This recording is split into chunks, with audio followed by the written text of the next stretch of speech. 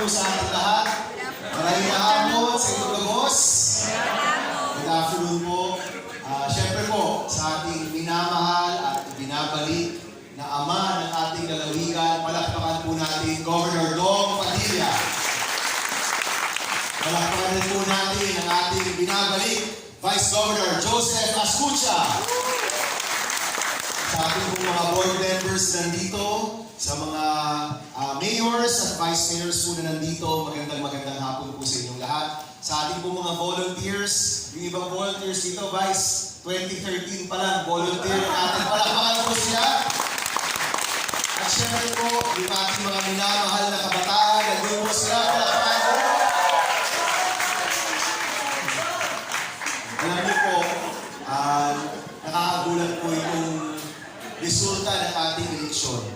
Sa totoo lang po, nung papasok naman po yung huling mga linggo, pakiramdam ko naman po, papasok tayo, no? Pero siyempre po, yung pinapangarap po natin, siguro mga 8, swerte na.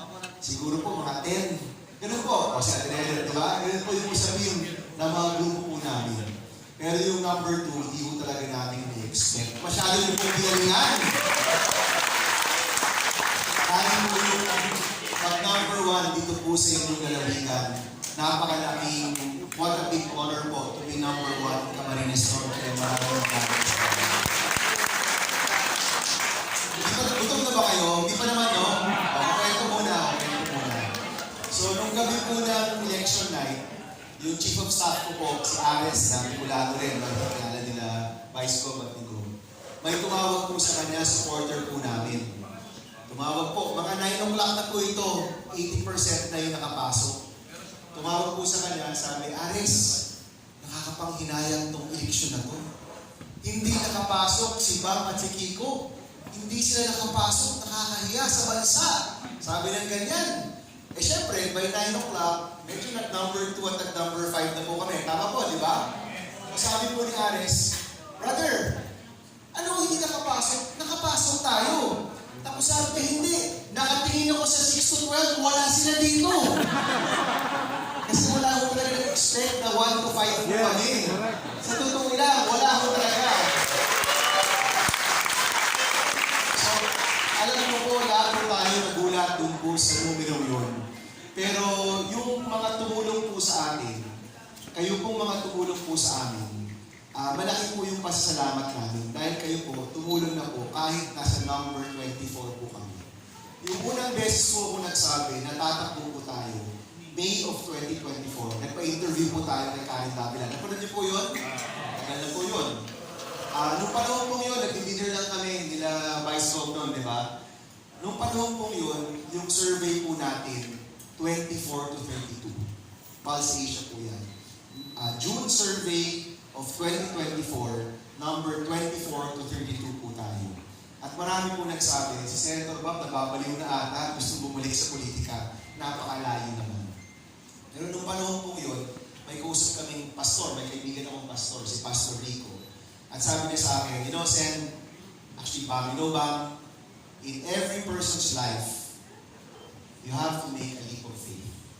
Kailangan tumalon ka, kahit di mo alam kung ano yung lalandinan mo. So sabi niya, baka naman ngayon, ito na yung hamon sa'yo, make that leap of faith. And sa totoo lang po, alam niyo naman po, natalo na tayo noong 2019. Kaya sabi ko, ano yung pinakamasamang mangyari kung tumakbo ka at hindi ka magwagi? Eh di matalo. Kaya nangyari niya sa akin yun eh. Alam ko na yung pakiramdam nun eh. Buhay naman tayo. Ang mas nakakatakot, yung hindi ka lumaban. Yun yung mas nakakatakot. So, ano ba yan? Tumakbo po tayo. Bahala na si Lord. Bahala na talaga. Bahala na kabataan na hindi po tumigil sa kaka-organisa pagkatapos ng 2022 elections. Tuloy-tuloy po sa tayo. Mga kaibigan po na hindi po nagpatinag sa mga numero, tuloy-tuloy lang po yung kayon. From 24, by the time of filing, nasa 17 or 16 na po tayo. Pagdating ng February, start of the campaign, nasa 12 to 14 na po tayo. By May 1, nasa 9-10 na po tayo. At kita niyo po, pagdating ng election day, umabot po tayo sa number 2 dito po sa Marami pong analysis. tama naman sila, mali rin sila, no? Kasi yung mga nag-a-analyze ko, ang tinutukoy lang nila, isang bagay. O siguro kasi, si Senator Bang, may tulong sa kabataan. Totoo naman, tama mga kabataan, no? Ngayon daw kasi, ang kabataan, nakarehistro na. Kaya nang bumoto at nakumbinsi yung mga magulang nila. Tama naman.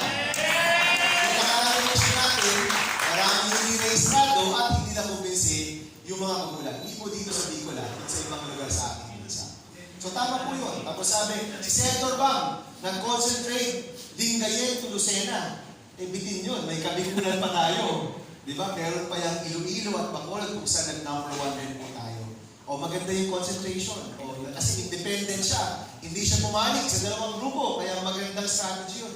Tama naman po sila. Pero sa totoo lang po, tayo po yung nagwagi. Dahil napakaraming grupo ang kanya-kanyang pagkayod at tulong sa ating kampanya.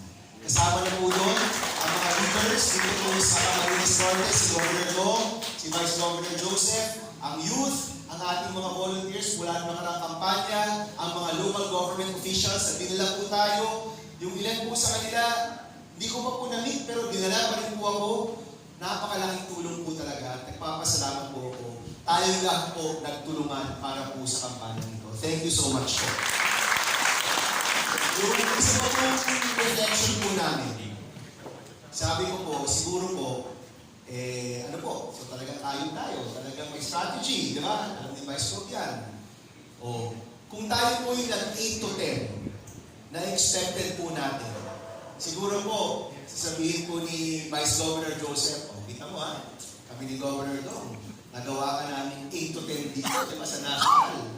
O, di ba? O, di kaya po, yung mga staff ko, baka magyabang bigla, o, di ba, ang galing natin, napanalo natin ng 8 to 10. Pero siguro po, yung pagiging number 2, si Lord na po yung nagsasabi, sabi po ito ni Vice Lord kanina, si Lord na yung po nagsasabi, walang ibang makapag-number 2 sa'yo kung hindi ako.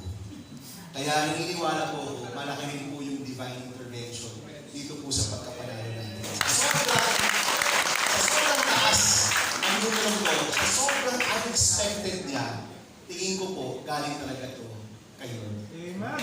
And galing po sa Kanya, papunta po sa aking taong bayan, at yan po yung naging resulta. Kaya muli po, nagpapasalamat ako sa lahat po na nandito at napakarami pa po wala po dito. Tayong lahat po nagbuo ng pagkapanalo na ito. Now, gusto ko rin pong sabihin, ako po, excited na ako magtrabaho. No? Sa totoo lang, ang tagal pa kasi, May 12, alam mo nang panalo pa, pero June 30 ka pa mag-a-assume office, so technically hindi pa ako senador pa. Senator-elect pa lang po tayo. Pero by June 30, senador po tayo. But guess what? Yung start of session, July 28 pa. End of July pa. So parang ang tagal-tagal pa. Pero ngayon po, ngayon pala, nagre-ready na po kami. We're preparing to partake again in the Senate. Iningi po namin yung Committee on Education. Sana po ipagdasal po nyo na magkawa na yun. Hindi yun namin pinag-usapan ito nito, pero nung kami po yung magkasama sa sasakyan, ang una po niyang binanggit, yung classrooms dito po sa Camarines Norte. Isa po yan sa mga matinding problema ng buong bansa, yung kakulangan ng classroom. Lumalabas po yan sa mga national reports, no? Kasama na po dyan yung problema natin sa textbook, yung walang internet sa mga eskwelahan natin, yung nutrisyon ng mga kabataan natin, napakarami pong kailangan gawin sa edukasyon. And of course, yung pangako natin na pataasin ang pondo ng mga state universities and colleges natin para maging scholarship para mas maraming kabataan na kailangan sa libreng kolehiyo. Lahat po yan, ready na po kami itrabaho. At sabi ko nga po, hindi gaya po nung dati, kasi nung dati po nung unang termino, pagkapanalo, masyado po kami nag-focus na talaga sa aming opisina. Ngayon po, sa pagkapanalo po natin ito, at napakaraming grupo ang tumulong po, sisiguraduhin po natin na buong ang grupo po natin sa lahat ng laban na haharapin po natin sa Senado at haharapin ang ating bansa. Itong grupo pong ito na kaya magpanalo ng number 2, kailangan po buo po siya. At sabi ko nga, pagdating sa Senado, mas tatapang po ang inyong lingkod kapag alam kong nakasandal po ako sa inyong lahat. Tama po, no? So, in short, wala pong iwanan. Okay? Walang iwanan po tayo. Mula po nung nagsimula tayo ng kampanya hanggang susunod na laban, mahalaga po na magkasama tayo every step of the way. So bilang panghuli, nais ko lang po magpasalamat muli. Yung, alam niyo po, noong 2019, nung tumakbo po ako, talo po ako noon. Pero nag-number 1 pa rin po ako sa Bicol. No? So ito pong pangalawang beses ko na pong mag-number 1 po sa Bicol. Siguro nga po, mahal na nga po talaga siguro ako. No? Pero yung mga gamit po yan, sisilusokin po natin yan. Hindi po natin yan ibabaliwala. Sa totoo lang po, we take it very seriously. At alam ko po, may mga ibang senador naman na galing ng Bicol, ng Bicolano roots. Isama nyo na po ako doon. Na isa po sa mga mag-aalaga, tutulong, at magsisigurado na may progreso po ang Kabikulan, pati rin po ang Camarines Norte. Maraming salamat po. Maraming salamat po sa inyo. Once again, thank you very much, Senator Bob Aquino. Anyway, picture po na